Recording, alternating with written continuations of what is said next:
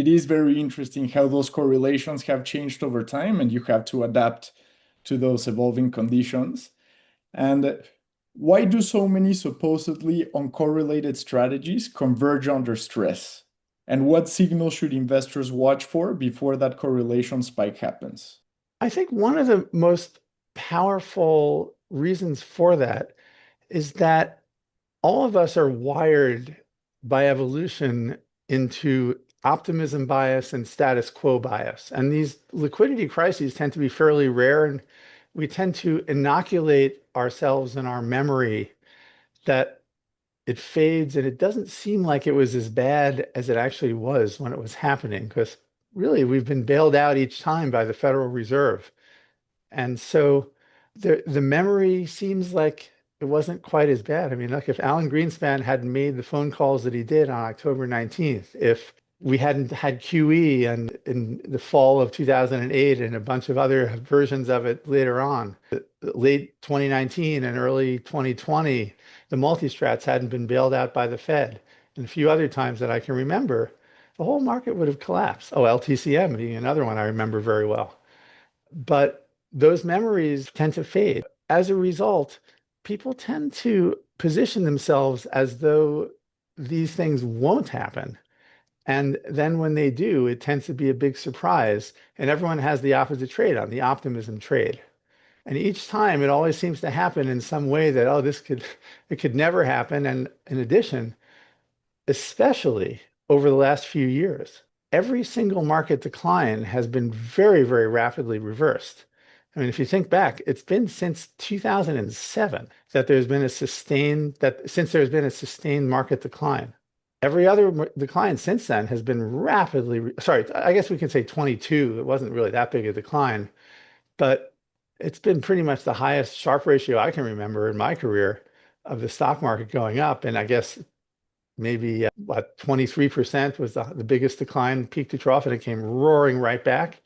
So it's been very, very easy to buy the dip. And so the tendency has been to forget what could happen. My view is that one of the greatest dangers that one faces in a portfolio is to think that the left tail is always going to be somewhat limited in time and in magnitude.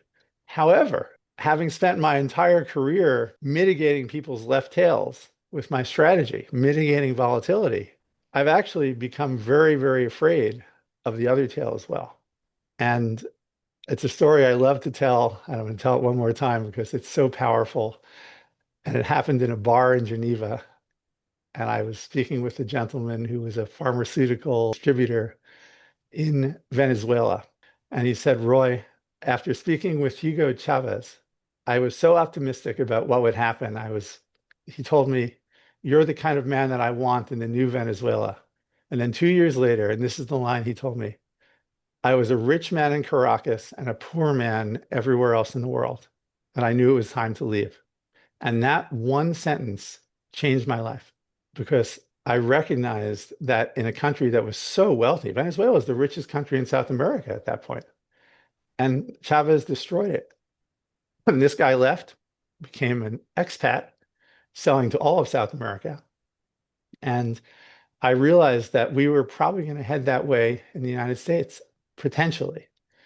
And so the right tail, a world in which financial assets begin to appreciate dramatically, not because there's a AI boom writ even larger, some other technology that takes stocks up even further and companies make even more money, but the denominator, the thing that stocks are denominated in, starts to decline, and every asset starts to appreciate. And as a result, everybody makes money on paper, but not in real terms. And that right tail is the one thing that is an existential threat to families, to endowments, to sovereigns. If your home currency devalues, that's what destroys you. Because unlike the left tail, the market crash, where 10 years later you have the S&P 500 CEOs working for you to cut costs and invest and make money, you lose 10% a year in real value even for 15 years. You can't come back from that. So that right tail is just as much of a risk. So I believe it's a two-tailed world now, not just a left-tailed world. And it's incumbent on every tail risk manager to think about both tails, not just the left tail. And that's a very tough situation. You have to keep up with the S&P on the upside or more and be cognizant of the downside. And that's what we try to do.